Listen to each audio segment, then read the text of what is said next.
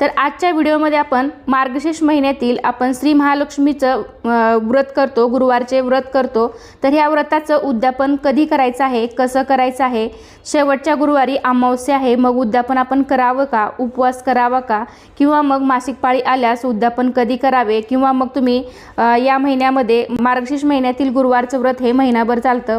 तर बऱ्याचशा स्त्रियांना मासिक पाळी किंवा इतर काही कारणामुळे एखादा गुरुवार हे व्रताची पूजा मांडणं जमत नाही, तर मग त्यांनी उद्यापन कधी करावं, अशा बऱ्याचशा प्रश्नांची उत्तरं तुम्हाला मी आजच्या व्हिडिओमध्ये देणार आहेत। यावर्षी मार्गशीर्ष महिन्यात शेवटचा गुरुवार हा 11 जानेवारी या दिवशी आहे आणि याच दिवशी आपण व्रताचं उद्यापन सुद्धा करणार आहोत।